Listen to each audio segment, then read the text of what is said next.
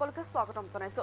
গৌৰৱ গগৈৰ বিতৰ্কিত পাকিস্তান ভ্ৰমণ আৰু মুখ্যমন্ত্ৰী হিমন্ত বিশ্ব শৰ্মাই যি আচলতে সংখ্যালঘু এলেকাসমূহত সাধাৰণ ৰাইজৰ বাবে যি বন্দুকৰ লাইচেন্সৰ ঘোষণা কৰিছিল সেই সন্দৰ্ভত এতিয়া বিস্ফোৰণ মন্তব্য কৰিছে প্ৰদেশ কংগ্ৰেছৰ নৱনিযুক্ত সভাপতি গৌৰৱ গগৈ।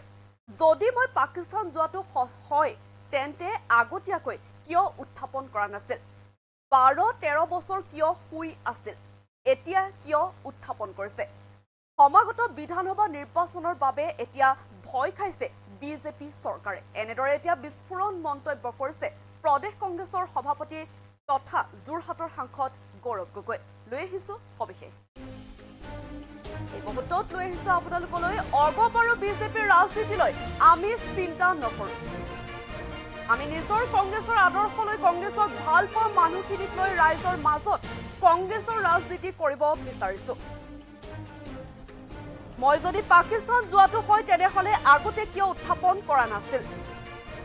তেওঁলোকে উত্থাপন কৰা অভিযোগৰ কিবা যদি সত্য আছে তেন্তে 12-13 বছৰ কিয় শুই আছিল তেওঁলোক? এনেদৰে এতিয়া প্ৰশ্ন কৰিছে গৌৰৱ গগৈ। যোৱা বছৰ লোকসভা নিৰ্বাচনত কিয় উত্থাপন নকৰিলে? বিধানসভা নিৰ্বাচন সমাগত বাবে এতিয়া ভয় খাইছে বিজেপি চৰকাৰে। তেওঁলোকৰ এনেধৰণৰ ৰাজনীতিৰ বাবে মোক দলৰ নেতৃত্বই মোৰ ওপৰত ভৰসা আৰু বাঢ়ি গ'ল আৰু অতি শীঘ্ৰেই আমি বিজেপিক মোহাৰি দিম। গৃহ বিভাগ ব্যৰ্থ। সাধাৰণ নাগৰিকক সকলক বন্দুকৰ লাইচেন্স দিব লগা হৈছে মানে গৃহমন্ত্ৰীৰ ব্যৰ্থতা। গৃহমন্ত্ৰী ব্যৰ্থ মন্তব্য কৰিছে এতিয়া গৌৰৱ গগৈ। অসমত যিমান গৃহমন্ত্ৰী হৈছে তাৰ ভিতৰত আটাইতকৈ ব্যৰ্থ গৃহমন্ত্ৰী হৈছে হিমন্ত বিশ্ব শৰ্মা। গৌৰৱ গগৈৰ বিতৰ্কিত পাকিস্তান ভ্ৰমণ আৰু বন্দুকৰ লাইচেন্স সন্দৰ্ভত এনেদৰে এতিয়া বিস্ফোৰণ মন্তব্য কৰিছে প্ৰদেশ কংগ্ৰেছৰ সভাপতি গৌৰৱ গগৈ। আচলতে গৌৰৱ গগৈৰ বিতৰ্কিত পাকিস্তান ভ্ৰমণ আৰু মুখ্যমন্ত্ৰী হিমন্ত বিশ্ব শৰ্মাই সংখ্যালঘু এলেকাসমূহত যি সাধাৰণ ৰাইজৰ সুৰক্ষাৰ বাবে যি বন্দুকৰ লাইচেন্সৰ ঘোষণা কৰিছিল তাৰ সেই সন্দৰ্ভত আচলতে বিস্ফোৰণ মন্তব্য কৰিছে এতিয়া প্ৰদেশ কংগ্ৰেছৰ সভাপতিগৰাকীয়ে। অগপ আৰু বিজেপিৰ ৰাজনীতিলৈ আমি চিন্তা নকৰোঁ। আমি নিজৰ কংগ্ৰেছৰ আদৰ্শলৈ কংগ্ৰেছক ভাল পোৱা মানুহখিনিক লৈ ৰাইজৰ মাজত কংগ্ৰেছৰ ৰাজনীতি কৰিব বিচাৰিছো। এই মন্তব্য কৰিছে এতিয়া প্ৰদেশ কংগ্ৰেছৰ সভাপতিগৰাকীয়ে। মই যদি পাকিস্তান যোৱাটো হয় তেনেহলে আগতে কিয় উত্থাপন কৰা নাছিল? তেওঁলোকে উত্থাপন কৰা অভিযোগৰ কিবা যদি সত্য আছে তেন্তে 12-13 বছৰ কিয় শুই আছিল তেওঁলোক? যোৱা বছৰ লোকসভা নিৰ্বাচনত কিয় উত্থাপন নকৰিলে? বিধানসভাৰ নিৰ্বাচন সমাগত বাবে এতিয়া ভয় খাইছে হেনো বিজেপিয়ে। তেওঁলোকৰ এনেধৰণৰ ৰাজনীতিৰ বাবে মোৰ দলৰ নেতৃত্বই মোৰ ওপৰত ভৰসা আৰু বাঢ়ি গ'ল আৰু অতি শীঘ্ৰেই আমি বিজেপিক মোহাৰি দিম।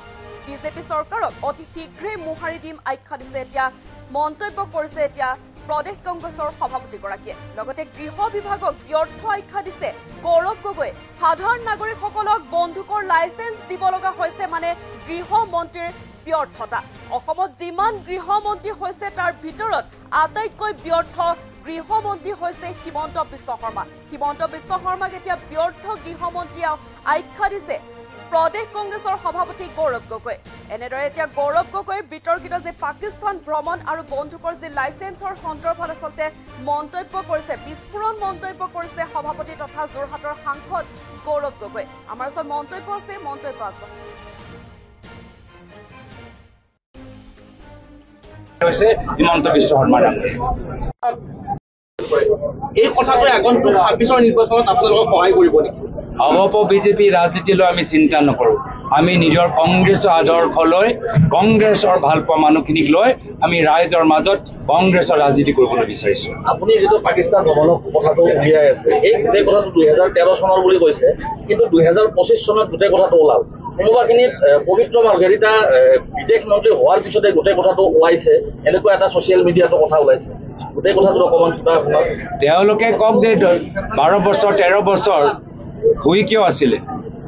যদি 2013 চনত আমি গৈছিলোঁ আৰু কিবা অপৰাধ তেওঁলোকৰ মতে আমি কি হয় তেওঁলোকৰ কিবা অভিযোগ যদি তাৰ ভিতৰত 1% সত্য আছে তো 12-13 বছৰ শুই কিয় আছিল যোৱা বছৰ যোৰহাট লোকসভা নিৰ্বাচনত এইখিনি কথা কিয় উত্থাপন নকৰিলে নিৰ্বাচন সমাগত কংগ্ৰেছৰ কিছু ৰাজনৈতিক খবৰবোৰ পাইছা এইকাৰণে ভয় কৰিছে মই পুনৰবাৰ কৈছো তেওঁলোকৰ এই ধৰণৰ ৰাজনীতি কৰাৰ বাবে হ'ব পাৰে মোৰ দলৰ নেতৃত্ব মোৰ ওপৰত ভৰসা আৰু বাঢ়ি গ'ল আৰু এটা লাষ্ট কথা দাদা আপুনি আৰু এটা কথা কৈছে যে কংগ্ৰেছত এতিয়া যিসকলে সঁচাকৈ কংগ্ৰেছক ভাল পায় তেওঁলোক থাকিব লাগে ইয়াত এতিয়াও বিজেপিক সহায় কৰা লোক আছে এনেকুৱা এটা ওলাই থাকে কথাটো এই কথাটো কিবা প্ৰতিক্ৰিয়া দিব নেকি আপুনি তেওঁলোকৰ মন সলনি কৰিম লাহে লাহে লাহে তেওঁলোকৰ মনৰ পৰা বিজেপি আমি মোহাৰি দিম আৰু আগৰ পুৰণা একদম নিকা কট্টৰ কংগ্ৰেছ আমি তেওঁলোকক বনাই দিম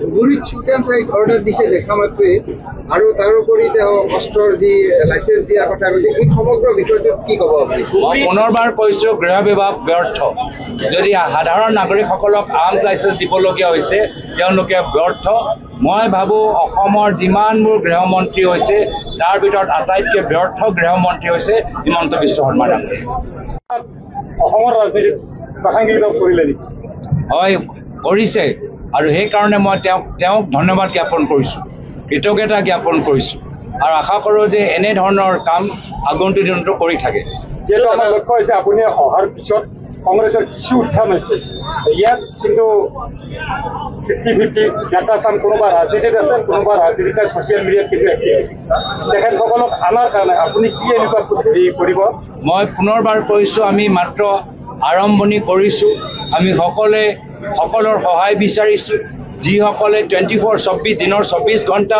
কংগ্ৰেছক দিব পাৰে তেওঁলোকৰ সহায় বিচাৰিছোঁ যিসকলে দিনৰ ভিতৰত 2 ঘণ্টা কংগ্ৰেছক দিব পাৰে আমি তেওঁলোকৰ সহায় বিচাৰিছোঁ কংগ্ৰেছ সকলৰ দল ধৰ্ম জনগোষ্ঠী জনজাতি ভাষা নিৰ্বিশেষে নৱপ্ৰজন্ম বয়োজ্যেষ্ঠ মহিলাসকল খেতিয়কসকল আমাৰ সৰু দোকানদাৰ সৰু ঠেলা চলোৱা মানুহ সকলৰ হৈ কংগ্ৰেছ দল আগন্তুক দিনত আমি কাম কৰি যাম আৰু নিজৰ দলটোক আৰু বহল কৰি যাম